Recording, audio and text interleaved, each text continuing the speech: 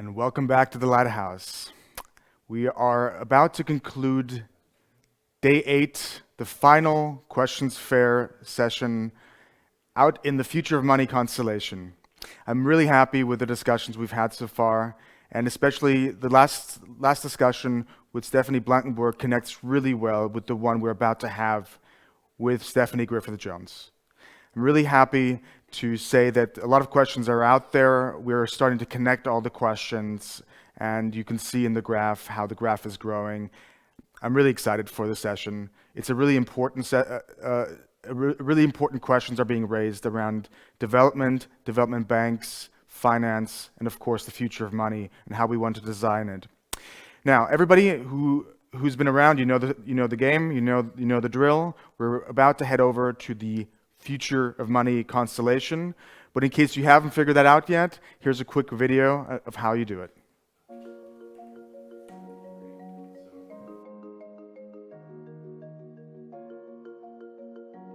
First, go to ysiplenary.org and click the night sky. This is the questions fair, where each star is a question, and each group of stars, or constellation, contains questions within a particular topic.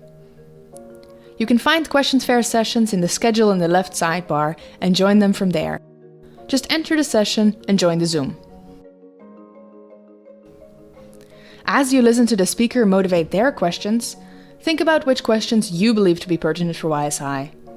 While the speaker talks, suggest your questions to your peers by entering them into the panel. This is not a Q&A. The questions are suggestions for research in YSI, not a question for the speaker to answer. Take a look at all the questions that were suggested and like the ones that you think are best. The questions moderator will select the most liked questions and present them to the speaker for a comment. These questions will be added to the constellation, where they can be further refined. Refine the questions by finding the best exact phrasing. Suggest a rephrasing yourself, or like the rephrasings that you think are good. After the session is over, you can find the submitted questions in the constellations. As a plenary participant, you can mark your 10 favorite questions in the graph. Just click the star in the corner of the questions card, and they will be added to your YSI profile.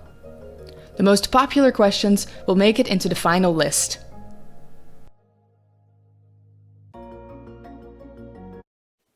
And we're back in the Lighthouse for a quick final check before we head over to the Future of Money constellation. Allow me to check on Jack Gao, question moderator.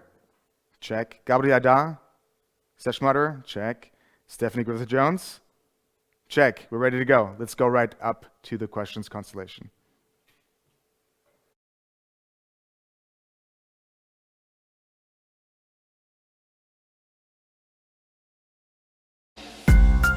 What's the future of money? We wonder, but our vision of the future is muddy. It's funny, some investors trade in futures for money, but some investments made may trade our very futures for money. What is money? It's a means of intermediate exchange, a unit of account, a store of value, and it's strange. You can regulate and designate the value it obtains, but you can't control the chemicals it loses in our brains. Croesus was the richest in the myths of the Greeks. They say the first to mint a coinage as his riches increased.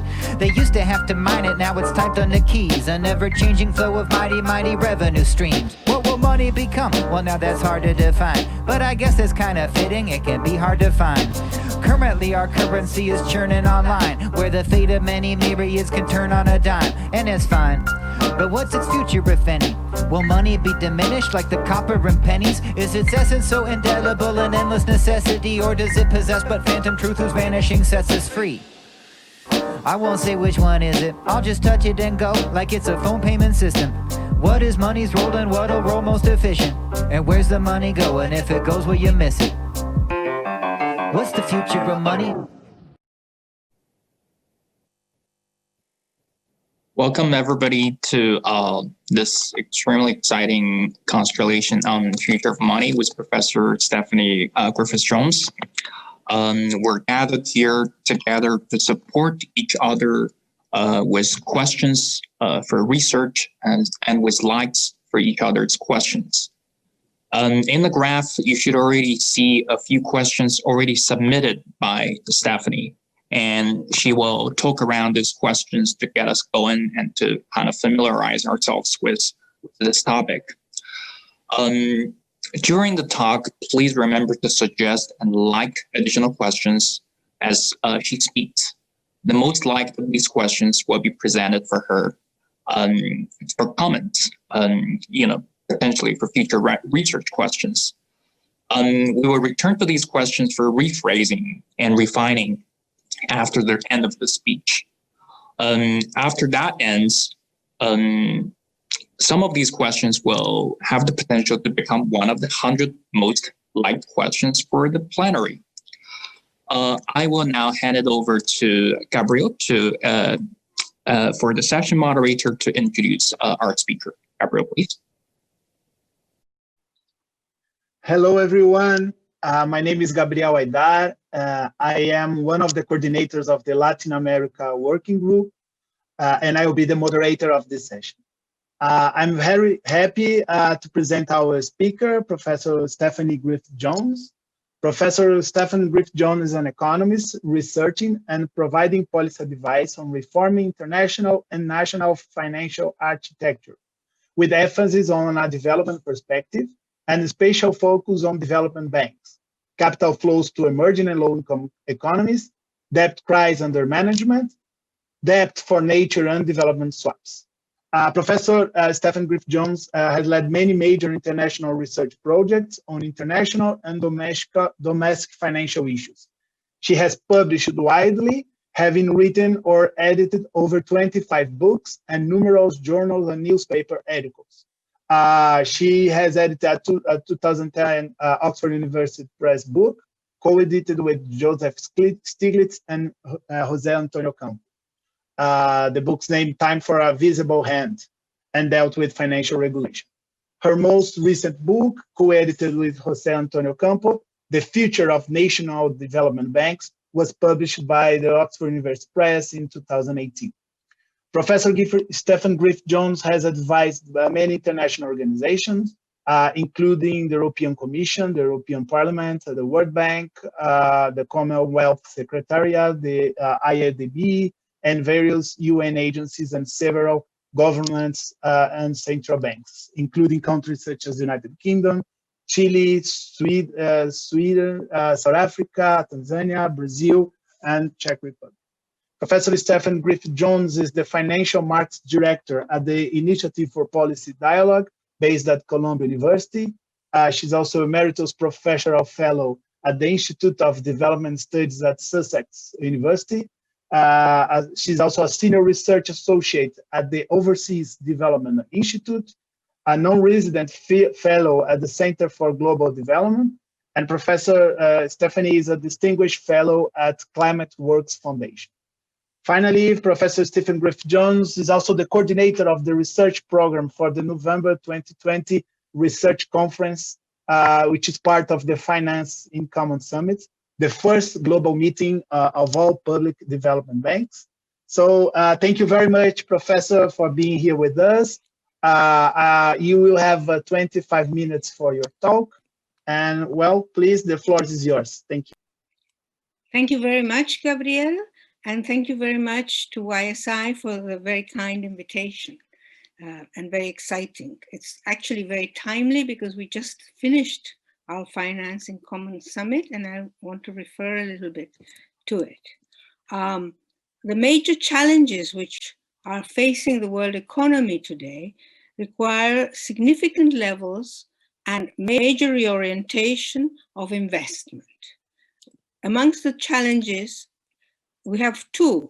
One is to deal with the health aspects of COVID, and also to support economies and people for an economic recovery from it. So that's a short-term but crucial challenge. And secondly, we have to meet the urgent needs of structural transformation to a low-carbon, more dynamic, and fairer economy.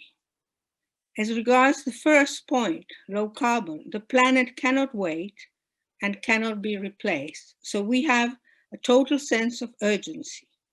On the other hand, levels of inequality are clearly unacceptable, and the levels of poverty that had been falling and social spending had been increasing fell dramatically, sadly, this year due to COVID.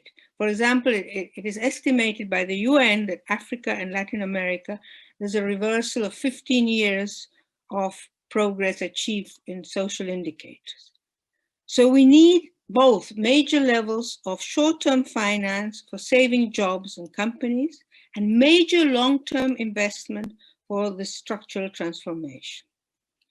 The problem that we have is that the private financial system as it exists now is not fit for these major challenges. There is not enough long-term finance. There's not enough financing for SMEs, especially new ones and innovative ones. There is not enough private finance for uncertain projects where there is a high risk and even more uncertainty because there are, for example, new technologies or projects in poorer countries or going into new sectors. And a final problem we have with the private financial system, both domestic and international, is that during and after crisis, it decreases funding. That is what economists call it is pro-cyclical. It means that it's like a fair weather friend. When times are good, when you're doing very well, whether you're a country or a company, the private financial sector is very happy to lend to you. But when you're in need, when you're in bad shape, the economy is going down, like today, private banks or financial institutions don't want to lend to you. So we need a radical rethinking of the financial sector, both domestic and international, so that it can provide sufficient finance and channel savings to the right sectors and the right companies. This is true, as I said, nationally, but it's also true internationally. So we need a financial system, as Joe Stiglitz puts it, which is fit for purpose, which is to serve the needs of the real economy. An important element of this new financial sector is giving greater role to public development banks, as they can fulfill these two major key needs. And this is interesting because it will imply, from a theoretical point of view, a sort of change of paradigm of development finance, from a purely private sector one to a more balanced or mixed approach, combining the best, hopefully, of public and private. It's more in the spirit of what happened in the Bretton Woods era and in the decades after World War II ended, and worked very well.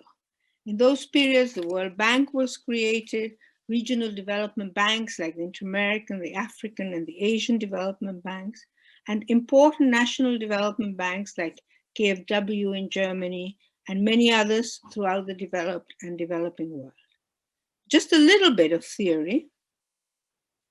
I think an interesting point is that the need for public financial institutions was not recognized by the so-called efficient market theory, which said that all you have to do is leave the financial markets, the private financial markets alone, and they will do the best job ever. Of course, this efficient financial market theory is now really quite refuted, especially by the numerous financial crises we've had in the last 30 or 40 years, which culminated in the so-called global financial crisis or North Atlantic financial crisis, where the financial system was actually causing major disruptions in the world economy.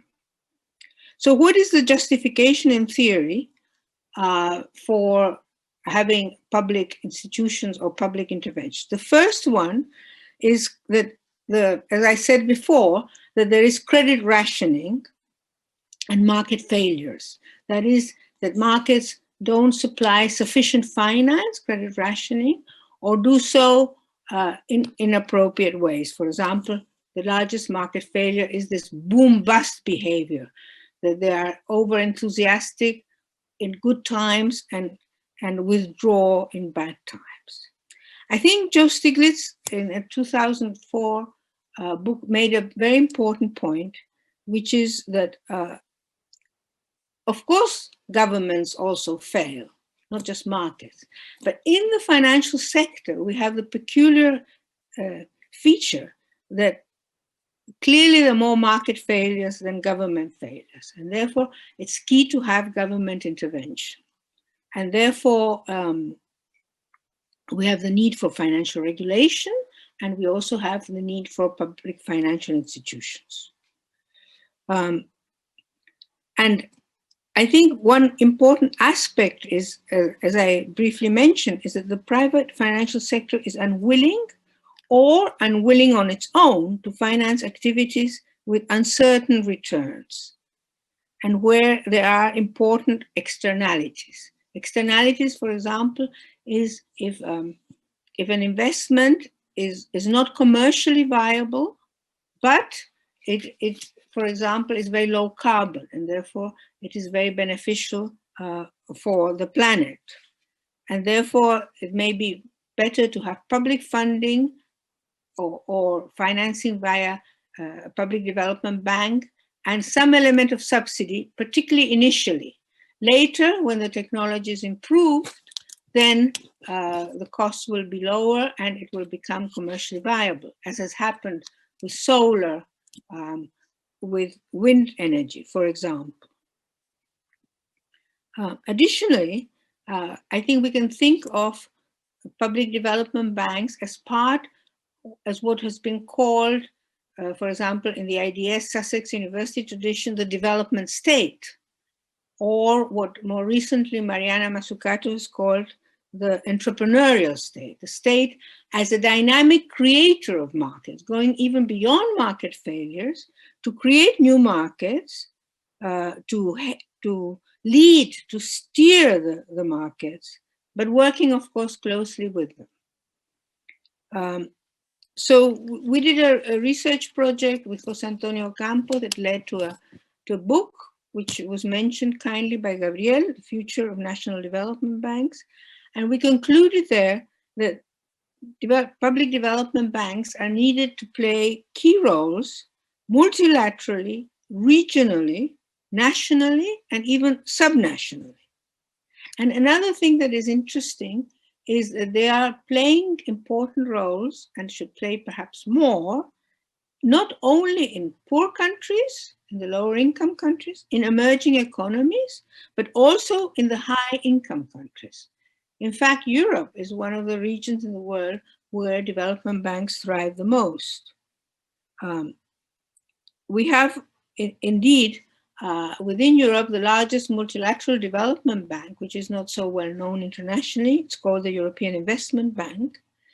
And its role has been increased recently for two reasons. One, it's going to become, it's going to be called the Green European Investment Bank to help fulfill the mandates of the Green European New Deal, which is a very important part of its activities. It's already aiming to lend 50% of its vast annual lending of 70, 80 billion euros a year to green activities. And now again, it's playing a very big role, as are all development banks in the COVID crisis. And also a further impulse has been given in recent years to development banks by two Asian-based, China-led development banks. One is the Asia Infrastructure Investment Bank, and the other is the BRICS New Development Bank, of which Gabriel's country, Brazil, is one of the founding members. One thing that is important to understand, one of the practical advantages of development banks is that they have leverage. Even though the capital is provided by the government, they have access to private funds on the capital markets, and therefore they can borrow based on that access to capital markets, and they co-fund with private capital as well. They co-finance. So therefore they have large leverage. So if the government, for example, the governments of the EU doubled the capital of the European Investment Bank during the Eurozone crisis by 10 billion euros. But the leverage that it gave allowed the European Investment Bank to increase its lending by about 160 billion. So it had a leverage of 16. So we're beginning to have a sort of renaissance of development banks at all levels, post the global financial crisis and post-COVID. Sorry.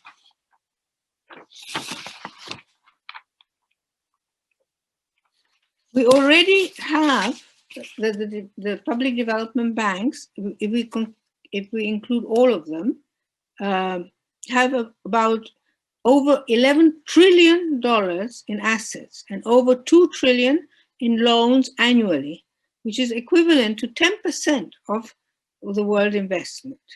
In this conference and summit that just finished, we had representatives from over 450 public banks worldwide. We had a recent article with Jose Antonio Campo and Regis Maradon, and we suggested that if they increase their lending by 20%, they could increase the money available to the world economy by 800 billion, which would go a long way to plug the gap which exists now for COVID recovery.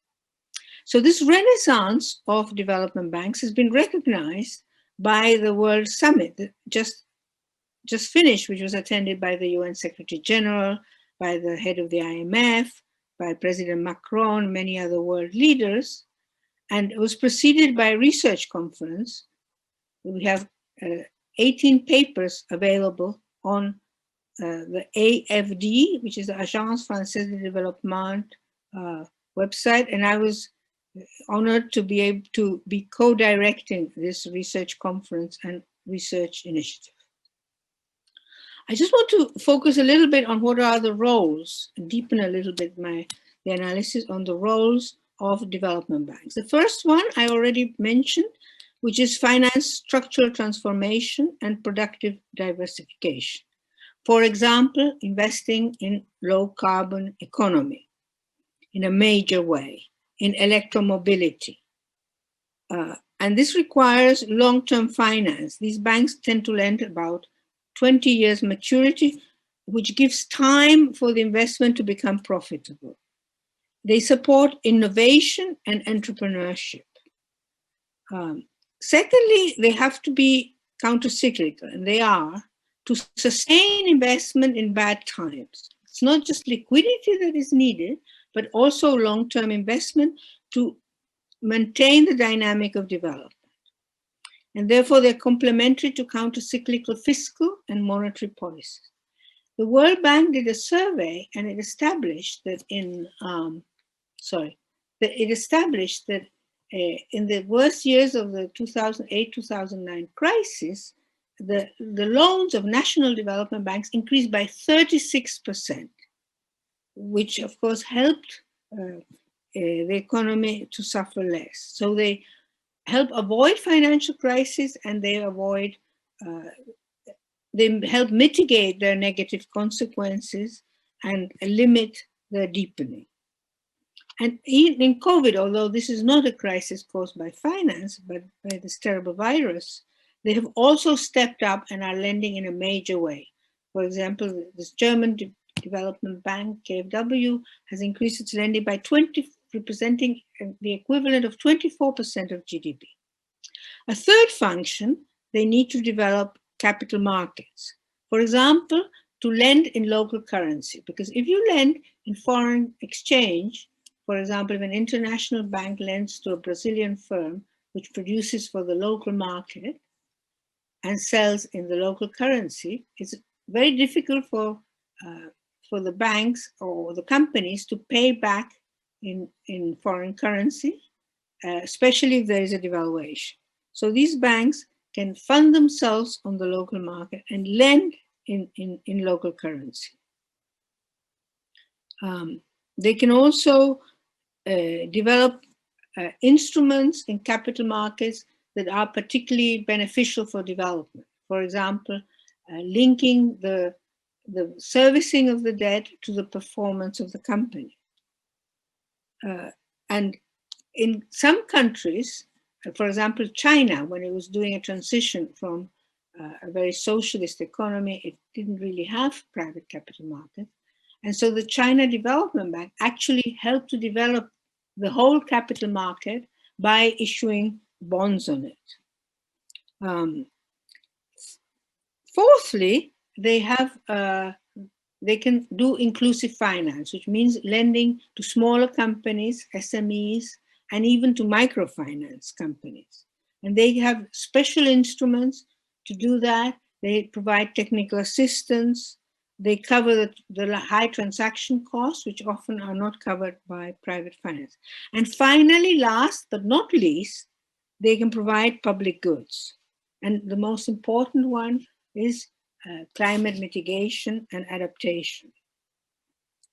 And here, I think it's nice to give an example. For example, this German KfW led the way in providing finance for solar energy, and really on its own started lending to this sector. Then later, the private banks followed. And in a second phase, the Chinese, led by the Chinese Development Bank, actually produced solar panels on a mass scale and therefore made them much cheaper. This wasn't so good for German and American producers, who went bankrupt, but it was very good for the rest of the world economy because it implied a major reduction of solar panels, to a point that today solar energy is in most countries and most regions competitive with fossil fuel, and it's making a major contribution to reduce carbon emissions. So this is a good example of how development banks can provide essential public goods. I think one interesting aspect is that development banks are like a channel to help implement government policy. They're an instrument to help implement government policy, because there's no point in having an excellent government plan, but if you don't have proper instruments. At the same time, they often help design these government policies. What we concluded in the research in this book that I mentioned is that these development banks are generally successful, that they adapt to new challenges, they move quickly into new activities, new sectors, use new instruments, and they have been very creative in doing that. And they can therefore play a big role given these major challenges, and given that at the moment we have, even before COVID, such low levels of public and private investment. We have a lot of liquidity in the world economy, but a lot of it is churning around in speculative activities. What we need are institutions, not just development banks, but other institutions which can channel this excessive liquidity that we have, these large savings, into productive investment, into the urgent tasks. Now, to function well, such development banks need good macro policies. They need that the country has a clear development strategy and clear policy objective.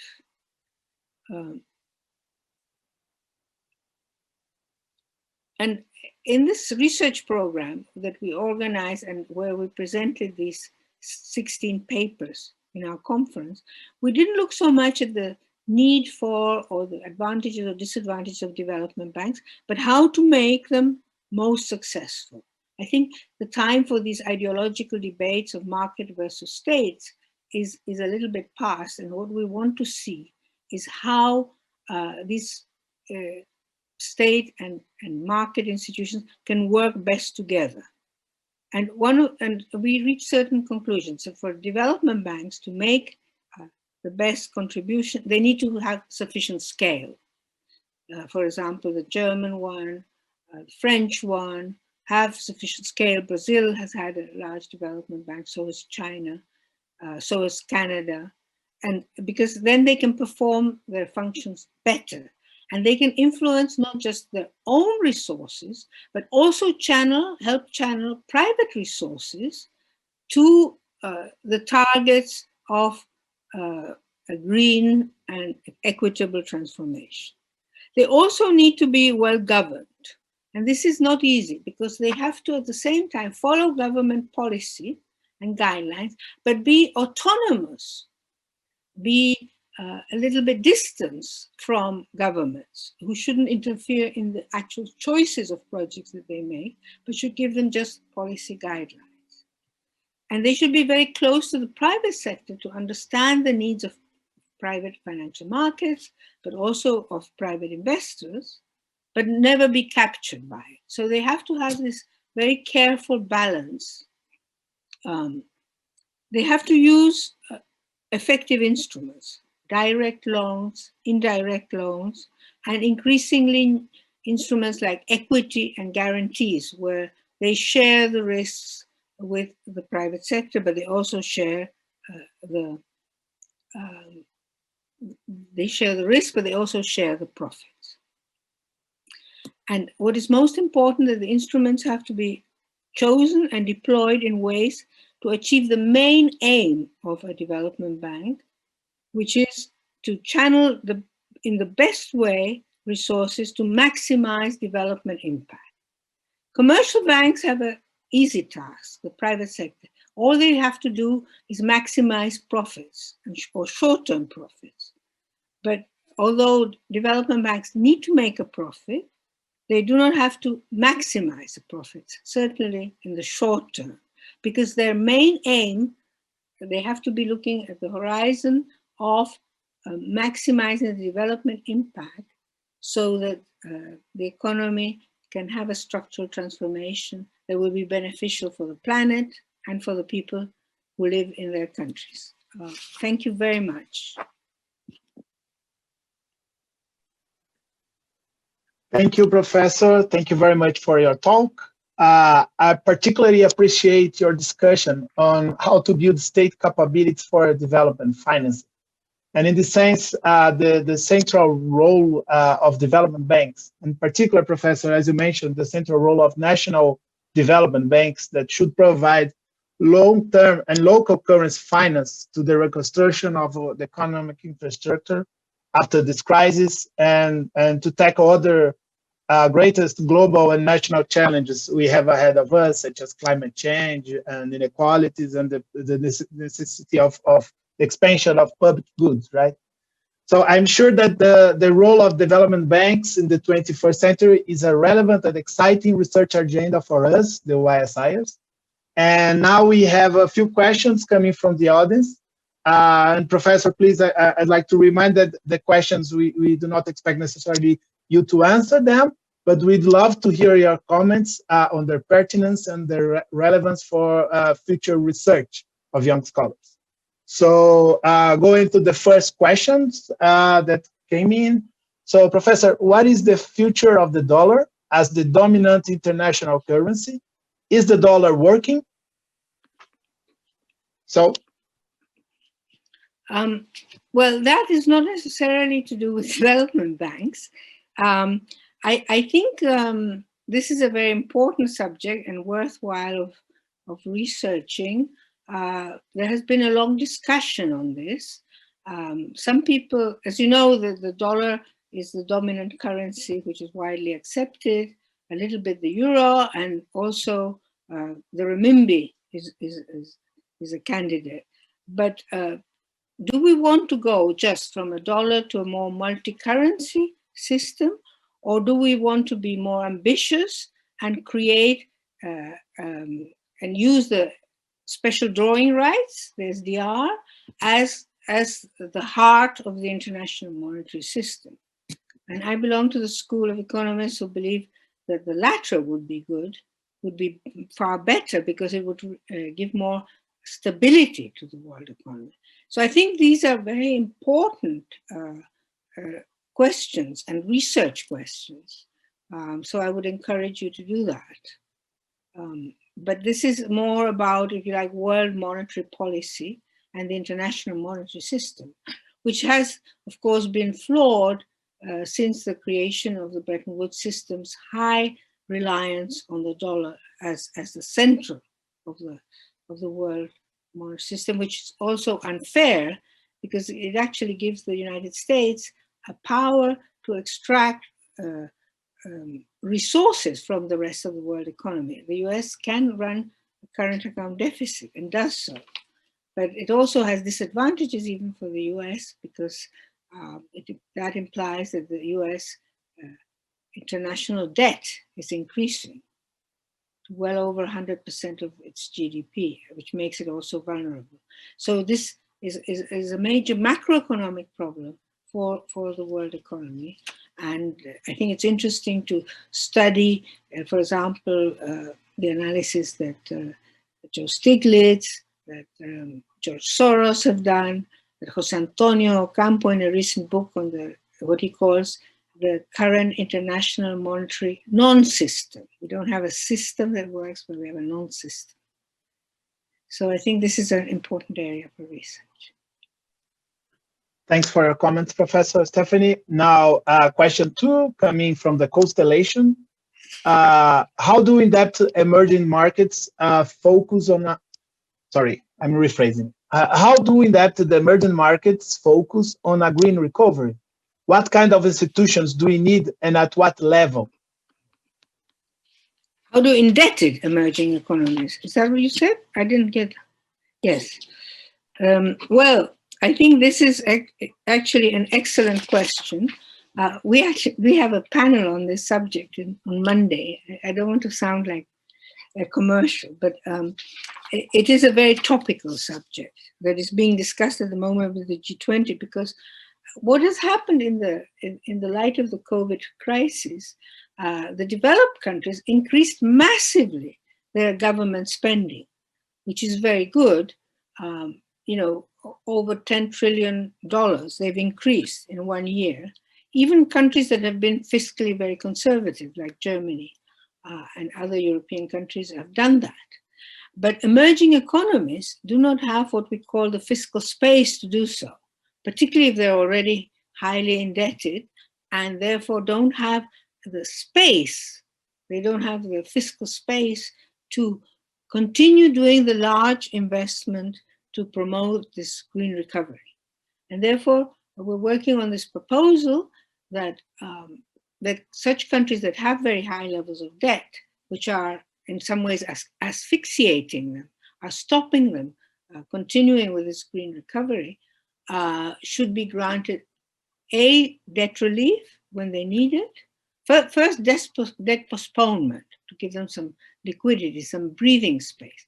But if they need it, if they're insolvent, then some debt relief, and that they should be perhaps given more debt relief if they're willing to commit the resources freed from servicing the debt to the green recovery, to spending on climate mitigation and building resilience and adaptation, and to spending also for the social sectors. And so that's one measure, but of course there should be other measures, like, for example, to return to my topic of development banks, they should increase lending by, say, multilateral development banks, regional ones, in a significant way. Therefore, we're calling for a major capitalization of regional development banks, like, for example, occurred in the wake of the 2008-2009 crisis, that a similar thing should be done now. And in general, more flows from the international community should go to both emerging and low-income countries, because without the support, they cannot do it and they cannot stay on this path of green recovery. Thanks, Professor. Now talking about, sorry. No, I mean, that's again an debt management, historical analysis of debt, and management of debt crises, instruments that can be used for converting debt, for example, to spending in nature. These are major topics for research, so I'm delighted that you're interested.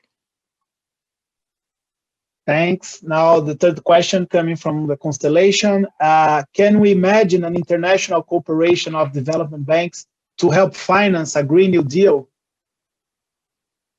I think that's a very good question. I wanted also maybe to mention, although it's not exactly in the question, that in the United States, under the new Biden administration, there is a very good chance that the United States, which doesn't have actually, as surprisingly now, a development bank, a federal development bank, may create one. And precisely with one of the main purposes would be to fund their Green New Deal. So we would have an additional very key actor in this constellation of development banks, which would be extremely welcome. And I've circulated, I think, an article I published yesterday in the Financial Times, which precisely picks up this proposal and shows why it is important. But I think the question goes deeper, and precisely it would be, this was in many ways the aim of this conference and summit that we had this week, which was to get together all the development banks and to try and emphasize the need for them to channel their resources and the resources they can catalyze and channel from the private sector to work jointly for a sort of global Green New Deal, to do it internationally, regionally, and nationally. And there are, of course, interactions because, for example, the multilateral institutions like the World Bank, the Inter-American Development Bank, the Asia Infrastructure Bank, can lend via national development banks. They can also channel resources from climate finance funds and blend them, work closely with their own governments and with regional institutions and globally to precisely do these challenges. They can also, it's not just about money. They can, for example, promote the dissemination of technical innovation, of supporting research, of following good innovation that is, for example, created in one country can be disseminated quickly. And I think it's a very interesting feature that these public development banks tend to cooperate rather than compete with each other. They're always meeting, always trying to learn from each other. Often the ones that are more advanced, that are older, tend to give technical assistance when a country decides to create a new one. For example, Ghana has been creating one and has assistance from the World Bank. India is thinking of creating a new infrastructure bank. So they are asking international experts to advise. And so therefore, I think there is a vast role for this. It needs resources, but it also needs a lot of creativity.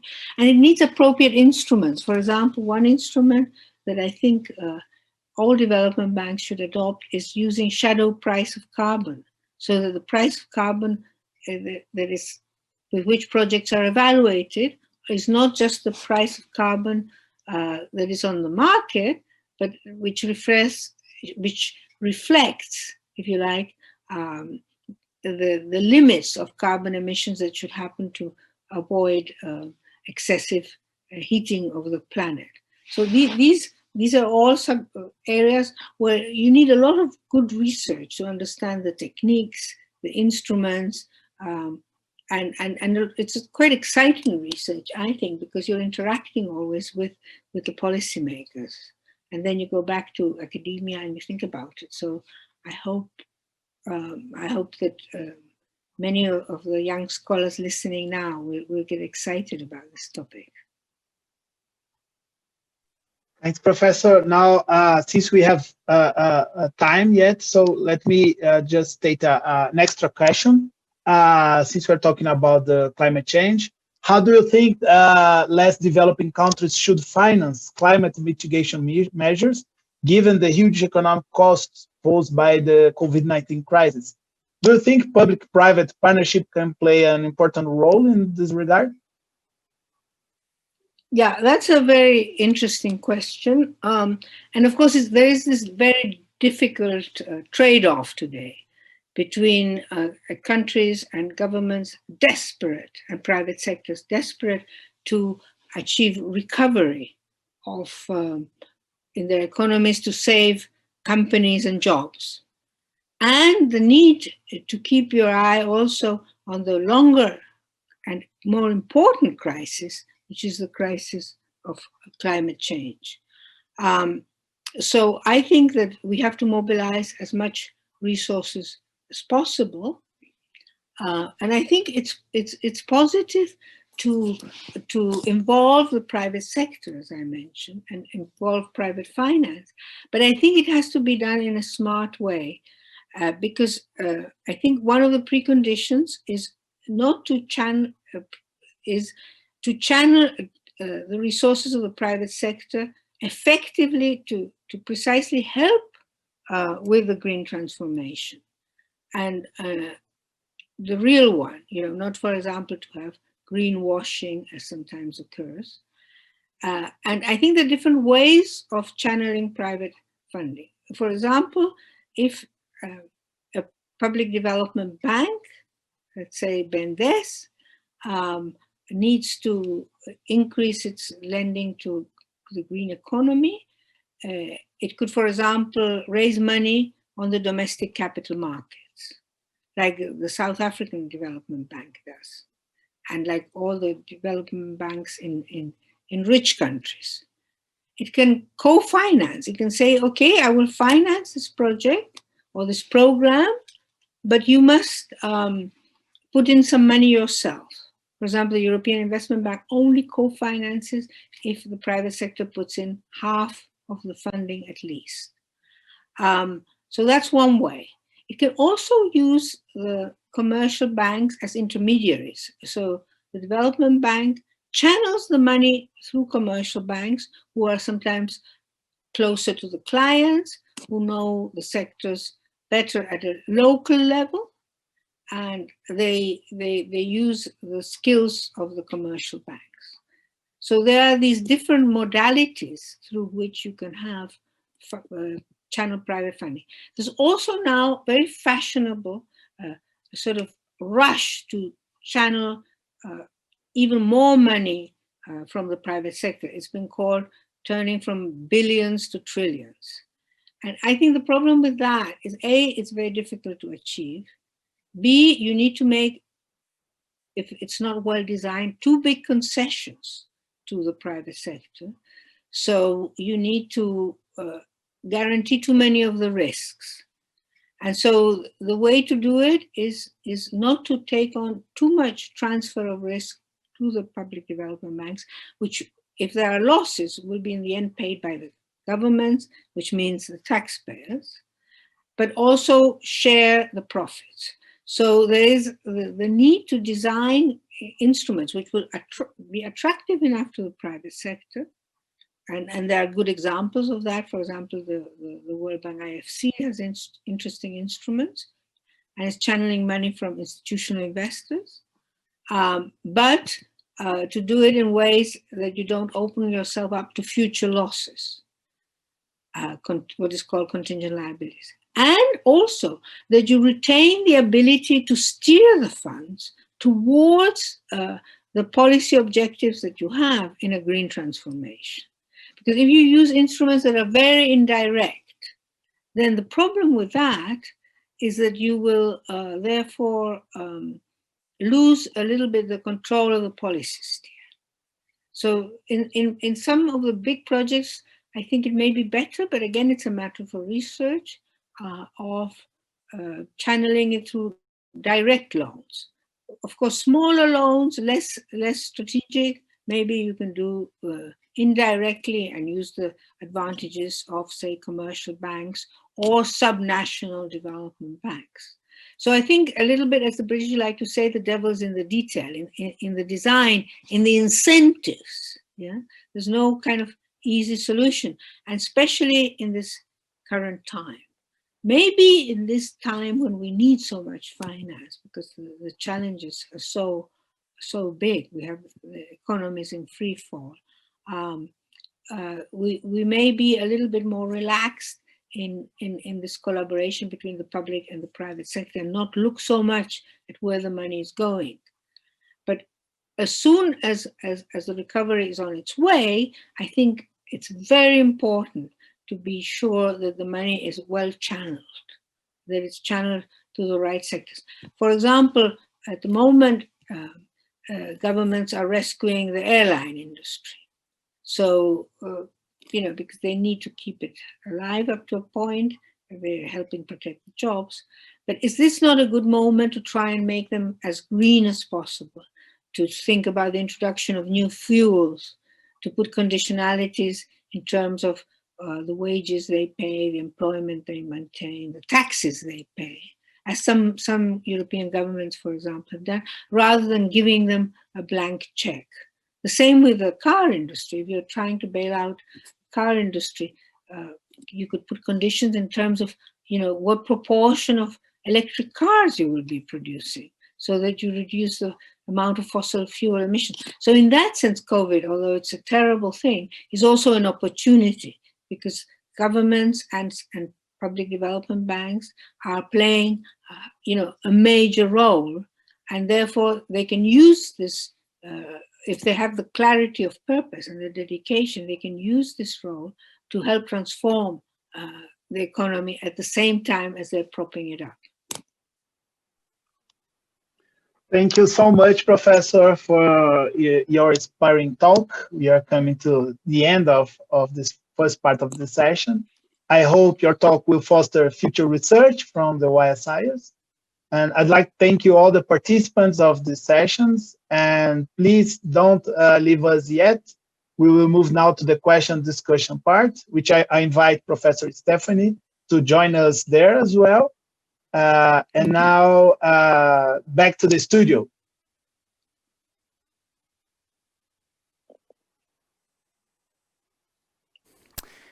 Welcome back to the studio. Thank you, Professor Stephany Griffith-Jones. Thank you, Gabrielle, for a great session. We have a lot to work with. And it's a great pleasure for me to say, and I'm also saying this with a little bit of a weird feeling, because this is the last time we're handing it off to the question editing part of our questions fair. So if you are listening live right now, this is the final chance for you to submit your questions today in the Future of Money Constellation. So why don't we go right over to Jack, who's waiting, who will lead the last session. Thank you very much. Okay. Thank you, Jay. And thank you, Gabrielle. Thank you very much, Professor Stephany Griffith-Jones. I must say that during that session, we covered a lot of ground in terms of, both in the wake of the global financial crisis and in the wake, well, we're still very much in the middle of the COVID crisis, that, the public investment institutions in particular have a lot to be desired in terms of getting their priorities right, in terms of equitable outcomes as well as risk management. If you look at the constellation, other than the three questions that the professor has covered in her speech, we've also made some inroads on a few questions submitted by you guys. And now is the chance for us to look at these questions. Place your likes to the ones that you think are most worthwhile of more research, and paraphrasing these questions to make them even better. The first question we covered amongst the audience is, how do embedded emerging markets focus on the green recovery? What kind of institutions do we need, and at what level? A great question, pertaining both to the EM dynamics as well as a green recovery. Why don't we start with this question to see if there are any thoughts, comments, and paraphrasing for it.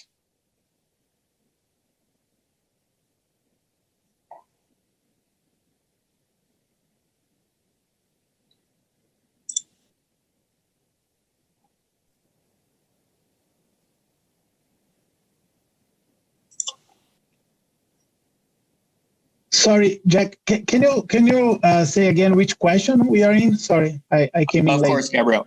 It's the first question. I'm going to highlight it. how do indebted emerging markets focus on a green recovery? What level of institutions do we need and at what level?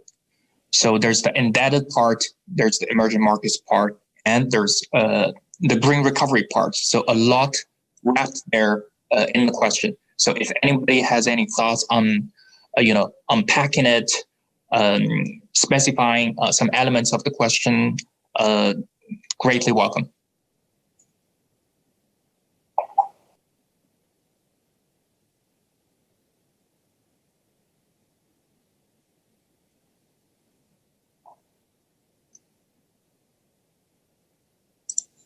I believe we have a new phrasing. Maybe we could detail a little bit more the second part of the questions, because you don't necessarily need to speak about the institution in general, but alternative finance instruments or something in the sense, since we are discussing funding problems or finance problems. Sure, Gabriel. Yeah, we can also look at all the three questions very quickly for now. If you have any thoughts, I know that people are writing to paraphrasing some of the questions. Also feel free to raise your hand here in the Zoom channel and talk about your thoughts. So, okay, we are having a few paraphrasing coming in already for this indebted emerging market question. What capacity to deploy a green recovery do indebted emerging countries have for a green recovery? What institutions and cooperations are required and at what level? So this is a new paraphrasing for this question. Mr. Parkington, I saw you had some comments. Hey, thanks for having me, Jack. This rephrasing expands a little bit on the thing that Gabriel just mentioned. I think it's a very good point that Gabriel raised, because we're not only talking about institutions, and maybe we can get professors' views on this, but I think it is a matter of, when we're talking about debt in the first place, it's about when we pay. That was the discussion we had with Stephany Blankenburg, and also what we anticipate the conversation Martin Guzman is about to have. It's the mountain of debt, the amount of debt we have, but also when it comes due. That's one part of the conversation. But then it's also which capacity for future shaping of economic structures do these economies actually have? And that's a second question. And exactly what Gabriel is saying is, how do these instruments get structured? So I would welcome a little bit of a rephrasing about, can we, for example, and maybe if a professor could quickly comment, are there sort of debt instruments that force, say, international financial investors to stay in those and stay within those instruments for a longer period of time, the way we usually see for foreign direct investment, perhaps, which is a very different form of investment. But secondly, I think that the reason we're seeing such a problem in these markets is because there's no secondary markets that are really well supported. Whenever there's even a small sell-off in these markets, then it's only really the central bank of that country that can support, and therefore the currency almost, any sell-off of assets that is being that is coming under stress. So there's a very set of interconnected issues here that I think we need to explore in this question when we're talking about emerging markets. But Professor, maybe you have a view on that. I think you're muted, Professor. Sorry, I think it's quite interesting to look also at the historical experience. For example, how was the Latin American debt crisis solved? And there are also political aspects here, because at one point, Latin America took such a big hit. There was the talk of the lost decade, and there began to be more and more resistance. A lot of countries stopped paying. And when there was a new US administration, then Treasury Secretary Brady announced what was called the Brady Plan. And they created these Brady bonds, which had some support from the US Treasury, and which converted, but at a reduced level, the debt of these Latin American countries and other countries like the Philippines. And then actually a secondary market was created, quite an important one, of these Brady bonds. So, but I think you need an initial initiative from governments to kick this off. And then you need, I think it was helpful in this case that there was a sort of implicit guarantee given by the US Treasury, which issued these bonds, which made it acceptable to the private creditors, which in this case were private banks.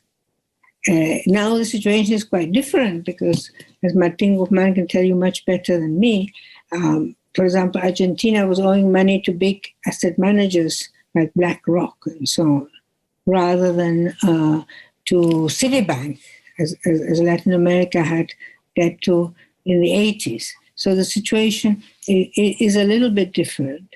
But I think it's very important to create these mechanisms. I mean, some people have the idea that, for example, you shouldn't give new IMF money or World Bank money to countries if they don't have a debt reduction with the private sector. But I think that is an unfair position because that, will be even more contractionary for the debtor country than if you have some IMF lending. So on the contrary, I think the IMF can play, and the World Bank can play an important role in nudging private creditors to accept losses. There are also interesting issues around the rating agencies, because, for example, even some very poor African countries, which need a lot of, not even just debt relief, but debt suspension, have not done it because the rating agencies have told them if they do that, even if the creditors agree, they may be downgraded. So I think there's a whole issue about regulating the rating agencies, which, as we learned in this book that I co-edited with Stiglitz, then after the 2008 crisis, were not regulated, and they're not really regulated, all their methodologies now. So the way, because in terms of economic analysis, if you actually postpone debt and you invest those resources in development, say in the green recovery, and you generate more exports, then you will be more likely to pay the debt. So instead of downgrading you, maybe they should upgrade you. But the rating agencies have a very narrow criteria, and they don't do that. And therefore, the countries are afraid now to ask for servicing the debt because they want to borrow more money in the future. And so this has been a problem, and I've been in discussions with African policymakers who are unwilling to seek even debt suspension. So I think it's very important that the international institutions give clear signals, and also that things like the rating agencies are reformed to look at these aspects. So there's a lot of, I think, institutional research to do. What kind of bond contracts? I mean, the discussions are, I used to look at this when there were collective action clauses, and those have been introduced and they've been helpful, but they're not enough. And if you are in the session with Martin Guzman, you should ask him, because there's a great wealth of even legal issues on how you resolve this. Of course, there's the whole issue of in what jurisprudence these contracts are signed. They tend to be signed under New York or London law, not under the law of the debtor. So there's a number of legal issues, but also of underlying economic analysis. Can you have, for example, GDP-linked bonds? Can you in the future have, and the IMF has started saying favorable things about this, what is called state contingent or GDP-linked bonds. So the country will service more if the economy is doing well, but would service less debt if the economy is doing badly. And these bonds have been issued, but they're usually issued in bad times. Could it be possible to issue debt of this nature in good times when it would be cheaper to do so for the debtor country? I think people like Robert Shiller and Joe Stiglitz, John Williamson, a lot of leading economists are in favor, but we haven't achieved this to happen. What are the political economy constraints? Why? there's a sort of catch-22 there, for example. Developing countries, debtor countries don't want to do it in good times because, they're doing well. Why should they give a signal they may not do so well in the future? In a way, it's a bit short-sighted. But on the other hand, creditors are not willing to accept them if the country is not doing so well. So how can one find a sort of collective action consensus? It's actually quite interesting from a theoretical point of view, game theory point of view, as well as from a technical point of view of how you structure these instruments. So there's lots and lots of detailed research issues just on the debt side. Then we can talk about green recovery. But I don't want to monopolize. This is supposed to be your session. No. It's a very rich discussion. A lot of cutting-edge research on this topic, and certainly a lot of economic principles here. In the interest of time, I'm going to try to push us forward. We've got two more questions that were talked about in the session. One is to do with the role of dollar. Professor didn't cover so much on the role of dollar per se, but since this is a future of money session, I'm going to try to urge everybody to think a little bit about this question and alternative phrasing. What is the future of the dollar as the dominant international currency? Is the dollar working?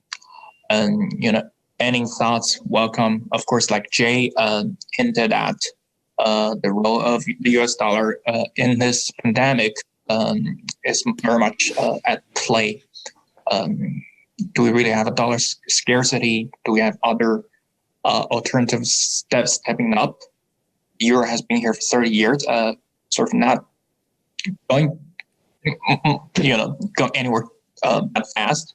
You have been touting about the renminbi, looking at the trade settlement. That's certainly making inroads, but not in many other aspects, certainly due to the country's capital control. So anybody having any thoughts, please feel free.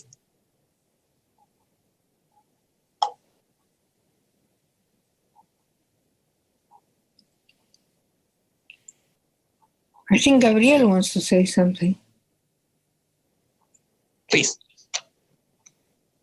Maybe we can think of combining these questions with the specific topics that Professor Stephany mentioned in her talk, discussing the role of multilateral finance institutions, the role of IMF or the World Bank as providing, dollars, external currency for developing countries.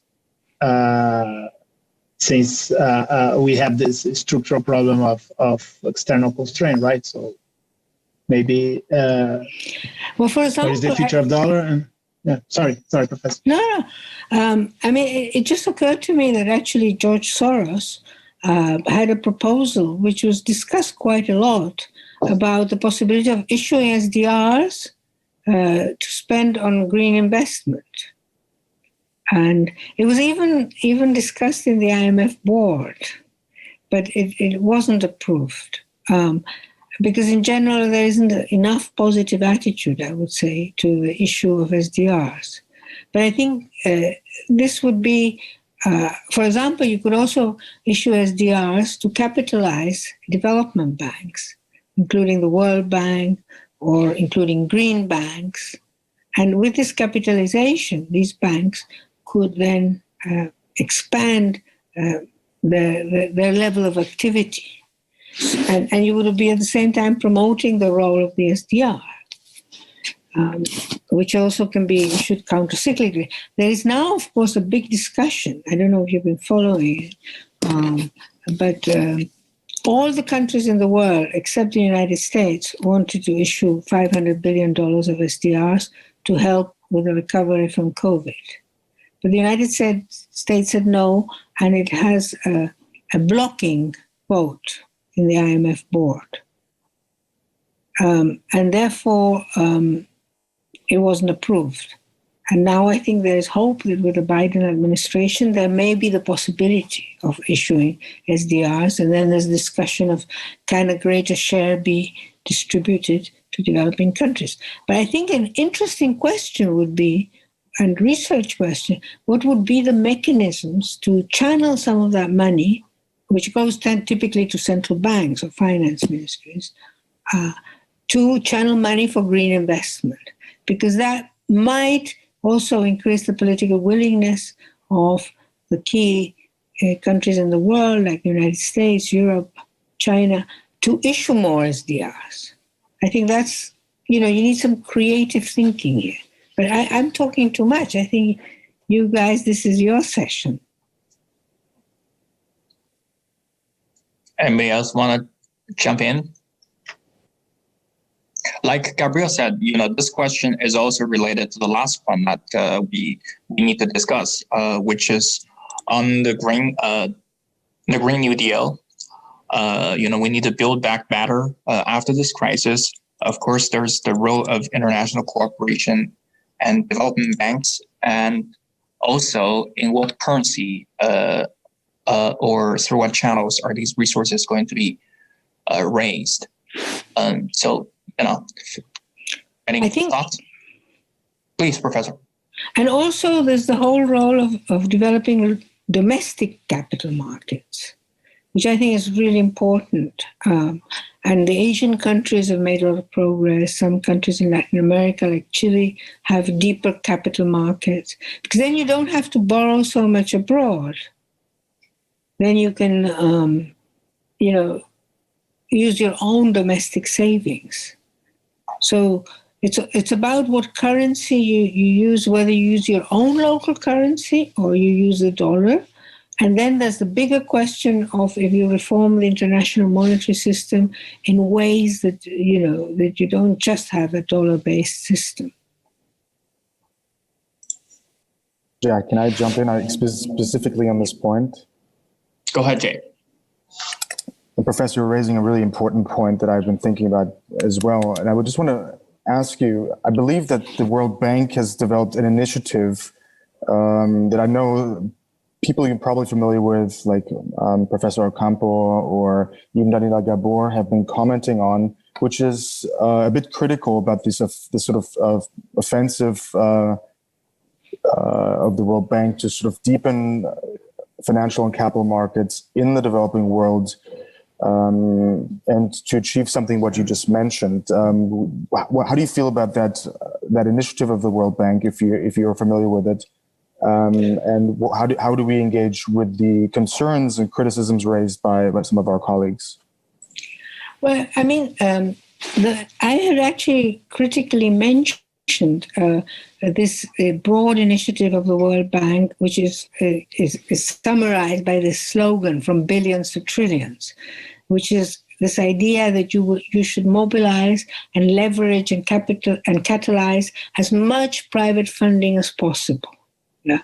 And therefore, you have to de-risk. That's the sentence they use. But I would argue that you can't really de-risk. What you do is you transfer risks from the private sector, particularly the private financial institutions, to the public financial institutions, to the World Bank or the government. And that is not a good thing. Where there are ways that governments can reduce risks for the private investors by, for example, having better policies, better regulation, that's fine.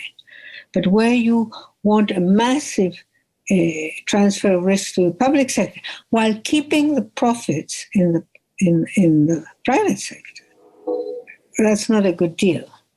It's what I think Robert Reich called capitalism on the upside and socialism on the downside, because they want. So, I mean, I'm not so critical like Daniela, who's a good friend of mine. But I would take a more, but I mean, I agree with a lot of her criticism. I would take a more similar line with Jose Antonio Ocampo, with whom we actually co-edited the two books that were mentioned before by Gabriel. I think it is important to deepen domestic capital markets. Because then you are less reliant on foreign exchange savings, foreign capital flows. And because when these capital flows are very fickle, they have this very boom-bust pattern. You don't have capital controls. You get all this short-term money coming in the good times for the high yields, or if the yields are very low in the developed economies, and then you have major outflows, either if you have problems or if the interest rates go up in the developed economies. So we know that. So what can we do about it? One option is to deepen domestic capital market. Now you have to do it in ways precisely that you channel the money to long-term productive investment, and it doesn't go into this more speculative. You have to have good financial regulation. We haven't discussed this here, but that's the other side of this visible hand, if you like, in the financial sector, that you have to have good regulation. I mean, Elizabeth Warren, who maybe could be Treasury Secretary, but I think probably won't. I mean, she, as a professor, had a very interesting idea. And she made a parallel with the drugs regulation, the medicines regulation. So if a new medicine is deemed by the scientists to have potentially more negative effects than positive ones, then you don't approve it. So if it's more positive impacts, I have a funny, screen, that's Jay, he must have left. But if you have, you do it the same for financial instruments. So if there is a financial instrument, some kind of very speculative derivative used only for speculative purpose, which doesn't have too many or no benefits for the real economy, like high frequency trading, then maybe you regulate it, you discourage it, or you could even ban it, which was one of the points that Elizabeth Warren made. Probably because she advocates such policies, maybe she won't make it to be Treasury Secretary. They might consider her to be too radical. But I think this kind of radical thinking is important, so that you can sort of shape the financial markets. They don't have to be like they are now. Some of you may have read people like Karl Polanyi, and he says that societies shape institutions, shape markets.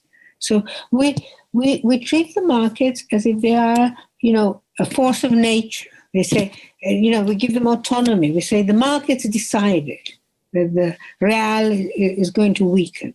But the markets decide because we allow them to decide. I mean, they're not gods. It's not a hurricane.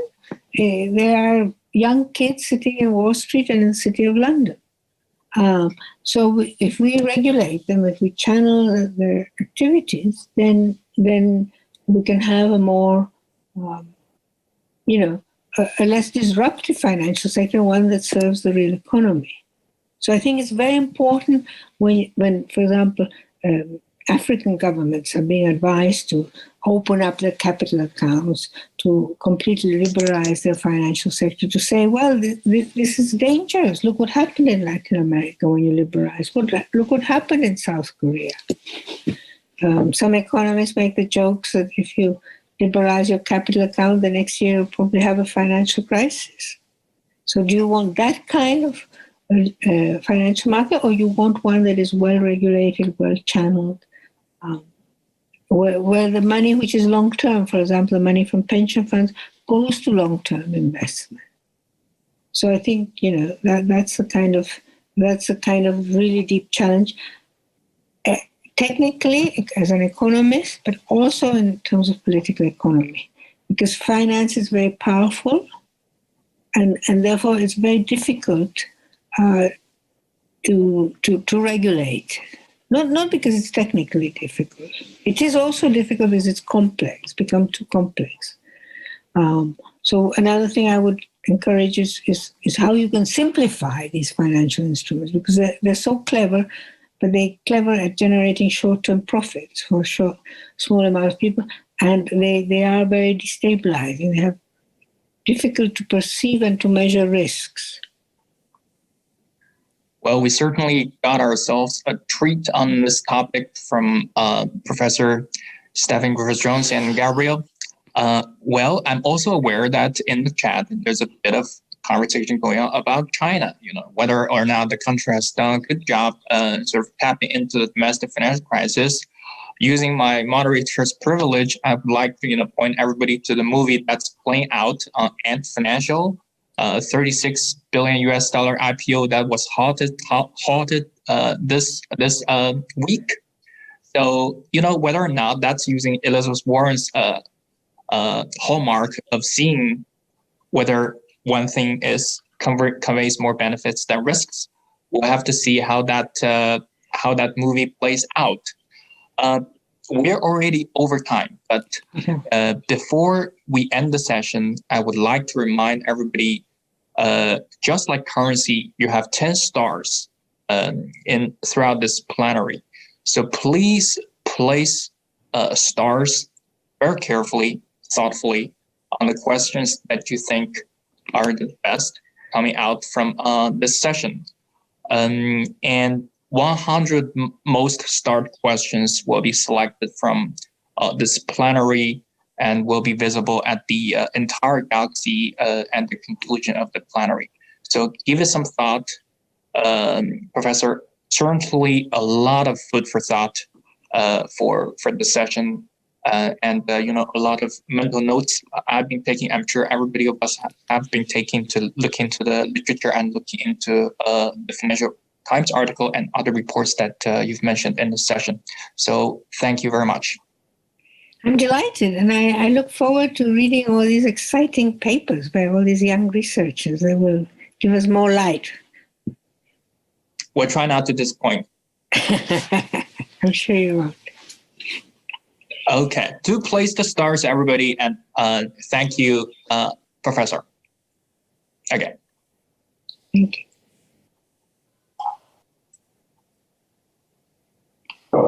Thank you, Jack. Thank you, Professor Griffith-Jones. I hope you had a nice session. You should be able to see right here how the questions that you just agreed on in the future of money are now the last questions that we're adding to the graph, at least questions from the questions fair. We've now had 5 days of questions fair. We've done a bunch of input talks. We've had the opportunity to add questions to the graph. We don't have to be completely done yet because there's still the submission windows, but the submission windows is not where we've gotten most of the questions. So this actually looks like we're getting very close to how the graph will look when we end the plenary on Sunday. We have 2 more days, so it's not too late for you to go in and place your favorites, determining which of these stars are the largest, which of the stars will be part of the constellations. But we see it actually has created a nice donut shape. It looks like the graph has created a donut shape, and that like the constellations are placed along, and you can see how the different constellations are interplaying with each other. Again, I want to remind you that the way that these constellations are placed in relation to each other are based on the blue dots, which are research interests. That's what creates the gravity of the graph. Okay, so this is how the whole graph will be looking. And now for the last time, let's delve into the constellation we were just in, the future of money, to see how the new questions, whether they've already made it to the top or what are the most favorited questions. So there's still a few more days. If you think that some of these questions we just discussed were better, you can still make it in there and favorite them. And on Sunday, we will present the 100 most favorited questions over the duration of the plenary.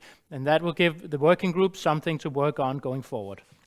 Now, the first questions in this constellation that you see behind me now is how will central bank digital currencies affect monetary economics, or the future of money or nature of money? Yeah. So this is a question about central bank digital currencies. It's a very discussed topic these days. The second question is much more general and philosophical. It's what is money? And that seems to be a reoccurring question. Some would say, are these the new economic questions? We're going back to old questions. But it actually might be the case that this question has not been significantly or not sufficiently dealt with in economic theory. So bringing this question back to the forefront could give us new insights. So what is money is now a leader in the question of the future of money. And maybe we need to answer that first. That makes sense. The third question is, how should productivity be measured? Also a question that has been all over economic theory for years. So maybe not a new economic question, but apparently still a very relevant economic question. The last one I'm going to mention here is from Lord Adair Turner from his talk. What's the future of work? If machines can produce most goods and services, what follows for job and inequality? Maybe that question actually needs to go in the digital economy constellation, but for now, because Adair Turner gave his talk in Future of Money, it's placed here. And this is, if we go back to see the full graph, as we see here, this is more or less how our questions graph, our big experiment has turned out. This is how it's going to look, but we are not done yet. You still have at least till Sunday morning to go in and place your favorites before we have the final list of questions that Nathan will present to you. Nathan, the guy who's also doing the raps in the beginning, will present us these questions on Sunday. Okay, so that wraps up the questions fair this time. Now let's go back to the lighthouse.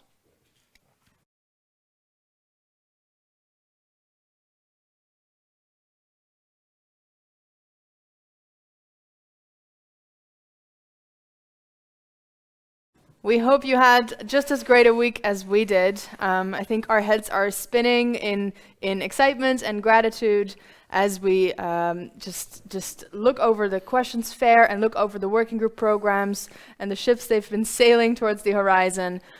So much has happened, we can hardly recap properly, but I think as we go along, each of you will share your experiences with one another, I hope, and we start to see really what has happened during the plenary.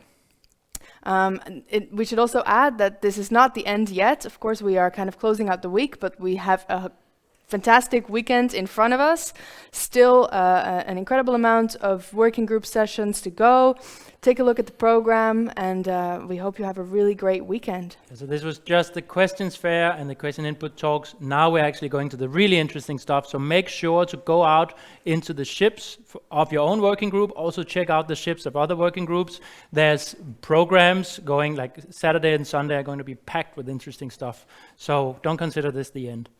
And remember, while we're here, we called the YSI Plenary New Economic Questions. It's really a way for us all together to explore new economic questions, to get at a way of exposing ourselves to come up with better questions. And I think we've done that. The graph shows that so many questions have emerged. We can now think about these questions, how they're connected, how they're important for our work. And over these next days, while we still favorite the ones we really want to have as the favorites of the plenary, we will take all that work into the working groups. We'll take that work into the next year because there's so much to do, and we know that all of our minds need to collectively be on these questions so we can actually make a difference eventually for this planet.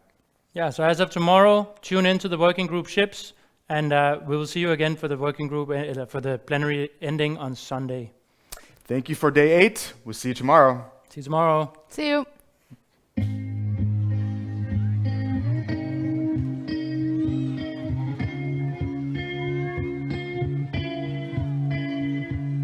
There's no denying it. The world is in crisis. Unless you're pure transcendent mind or a nihilist, you might not be fine with it. You might be sick. The climate shifts, titans and tyrants vie for the tightest grip. The crises are diverse. But one might inquire if all of these agonized varieties of strife and rift are underlined by what their one bottom line is.